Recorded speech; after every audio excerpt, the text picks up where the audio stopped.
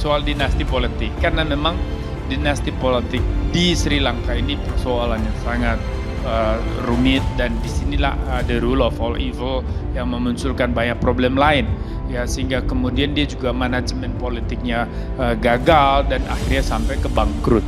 Dinasti itu juga terjadi di Indonesia. Saya mungkin tidak bisa mengatakan semuanya dinasti, karena regenerasi politik dalam keluarga tidak selalu dinasti. Ya, di daerah Kata banyak dinasti, kata dinasti mengacu kepada peralihan kekuasaan karena kewenangan siapa pendahulunya mewarisinya karena garis keturunan, bukan karena sistem merit atau merit system. Itu dinasti. Presiden bukan, memberikan jabatan atau memberi akses supaya anaknya menjabat, tapi anaknya tidak kompeten dan prosesnya menyalahi prosedur demokrasi. That's dinasti. Tetapi apa yang terjadi di Indonesia, kita start dari PSBY. Pak Jokowi saja. Kita start dari PSBY. Belum sampai 2 periode sudah ada melibatkan keluarga. Pendukung Pak Harto itu baru mengajak itu 30 tahunan. Krisis ekonomi yang mengakibatkan munculnya people power di Sri Lanka menjadi sorotan dunia internasional, termasuk di tanah air. Salah satu yang jadi perhatian menyangkut dinasti politik dari pemerintahan Sri Lanka tersebut. Menurut pakar komunikasi politik Henry Satrio, menyinggung pemicu krisis di Sri Lanka karena adanya dinasti politik. Ia menyebut dinasti politik di negara itu luar biasa karena antara presiden, perdana menteri, dan menteri keuangan merupakan saudara kandung. Ia menyebut dinasti politik itu bertambah karena diduga ada saudara presiden Sri Lanka yang menjadi menteri transportasi. Jadi memang dinasti politiknya sudah luar biasa. Paparan Hensat itu kemudian ditanggapi pengamat politik Boni Hargens. Menurutnya regenerasi politik itu ada hampir di setiap negara, bukan hanya di Indonesia. Ya memang kalau kita lihat di Sri Lanka, maka pembelajaran harus kita ambil sebagai sebuah negara yang juga berada di Asia. Indonesia harus waspada tentunya. Nah, kejadian di Sri Lanka ini emang menggambarkan beberapa hal. Yang pertama adalah memang ada kekuatan rakyat. Jadi memang kita tidak boleh nih melupakan kekuatan rakyat. Dinasti politik yang terjadi di Sri Lanka memang luar biasa. Jadi kalau saya tidak salah, presiden, perdana menteri, menteri keuangan itu saudara sekandung, kakak beradik. Terus ada lagi saudaranya jadi menteri transportasi. Terus ada satu lagi saudara anaknya kalau nggak salah. Jadi memang dinasti politiknya sudah luar biasa.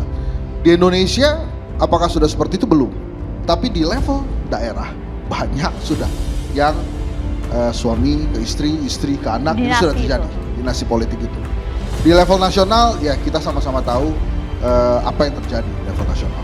Bukan hanya untuk Indonesia, tapi untuk berbagai negara sebagai catatan, dan harus terus diingat oleh siapapun penguasa di negara itu bahwa jangan bermain dengan kekuatan rakyat. Jadi pada saat people power itu dilakukan, yang terjadi seperti yang kita lihat di Sri Lanka itu. Di Indonesia dan di banyak negara dinasti itu juga terjadi. Di Indonesia mungkin tidak bisa mengatakan semuanya dinasti karena regenerasi politik dalam keluarga tidak selalu dinasti. Menurut Boni, dinasti itu merujuk dalam peralihan kekuasaan melalui pemilu. Kata dinasti mengacu kepada peralihan kekuasaan karena kewenangan apa, siapa pendahulunya, mewarisinya karena garis keturunan, bukan karena sistem merit. Belum selesai Boni bicara, pengamat kebijakan publik Ahmad Nur Hidayat menimpali.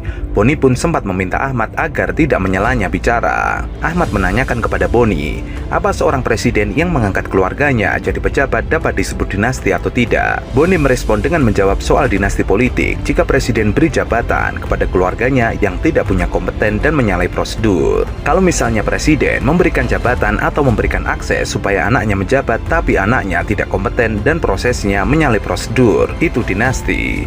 Ahmad kemudian menyinggung Jokowi yang memajukan anak dan menantunya menjadi pejabat kepala daerah. Ia membandingkan antara Jokowi dengan era presiden kedua Indonesia, yaitu Soeharto. Jokowi belum sampai 2 periode sudah ada melibatkan keluarga. Pak Harto baru mengajak keluarga setelah 30 tahun menjabat. Sementara itu, Wali Kota Medan yang juga menantu Presiden Bobi Nasution menunjuk Kadis Pendidikan dan Kebudayaan Medan, Beni Sinomba Siregar sebagai pelaksana harian Sekretaris Daerah. Beni sendiri merupakan paman dari Bobi Nasution. Kepala Dinas Kominfo Medan, Rahman Pani membenarkan soal penunjukan Beni menjadi PLH Sekda Medan. Hal itu sesuai surat yang diterima oleh pihaknya. Beni sendiri ditunjuk sebagai PLH Sekda Medan pada 24 April 2024, sekitar 1 hari setelah Sekda Medan sebelumnya, Wirya Ar-Rahman, dilantik sebagai PJ Bupati Deli Serdang. Beni merupakan paman Bobi dari orang tua perempuan. Sebelum menjadi Dinas Pendidikan dan Kebudayaan Kota Medan, Beni menjabat sebagai Kepala Badan Pengelola Pajak dan Retribusi Daerah Medan. Untuk diketahui, jabatan Sekda Medan kosong setelah Menteri Dalam Negeri Tito Karnavian menunjuk Wirya Ar-Rahman sebagai PJ Bupati Deli Serdang. Penunjukan Wirya diketahui awal pekan ini. Wirya kemudian dilantik oleh PJ Gubernur Sumatera Utara Hasanuddin pada Selasa kemarin. Wirya dilantik bersama Dimpos Pasi Hombing sebagai PJ Bupati Tapanuli Utara. Untuk diketahui, Bobi Nasution berencana maju dalam pemilihan Gubernur Sumatera Utara. Namun, keinginan tersebut mentah oleh mantan partainya yaitu PDIP. Politisi PDIP Sumatera Utara Aswan menyarankan agar Bobi mencari partai politik lain yang ingin mengusungnya di pilkada. Sebab Bobi Nasution bukan lagi kader PDIP. Apalagi sikap Bobi yang memilih mendukung pasangan Prabowo Subianto Gibran Raka Buming Raka di Pilpres menjadi catatan buruk. Aswan mengatakan, ia dinyatakan keluar, tapi sudah mau ngapain lagi, cari partai lain saja.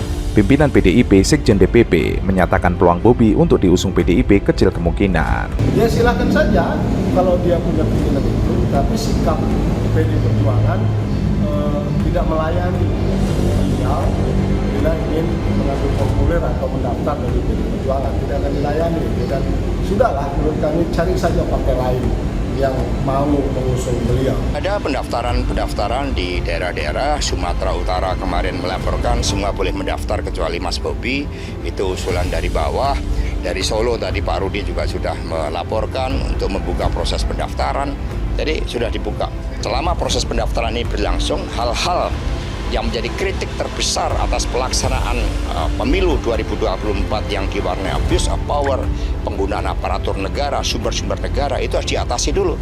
Ya, saya rasa sudah jelas seperti apa yang disampaikan oleh Ketua DPD Sumatera Utara Bapak Rapidin Simbolon dan juga oleh Sekjen Bapak Hasto Kristianto, bahwa semua boleh diterima kecuali Saudara Bobi Nasution. Jadi saya rasa formulir pun itu tidak akan diberikan kepada Saudara Bobi. Saya rasa partai lain pun pasti akan berpikir untuk menerima orang-orang yang hanya masuk sebagai kader dengan tiba-tiba dan untuk dicalonkan sebagai kepala daerah seperti itu. Jika Bobi Nasution tetap mengambil formulir pendaftaran di PDIP Sumut, Aswan mengaku partainya tidak akan melayani. Ia mempersilahkan semua orang untuk berkesempatan mau daftar. Tapi kalau untuk Bobi Nasution, pintu sudah ditutup. Kalau mau daftar silakan saja, tapi ketua DPD dan partai mungkin tidak melayani dengan maksimal. Aswan juga menyindir kedatangan Presiden Jokowi ke Sumut beberapa hari terakhir yang disebut-sebut berhubungan dengan Pilgub Sumut.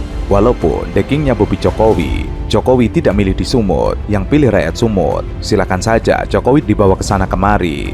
Kalau rakyat Sumut tidak mau pilih, kan hasilnya beda.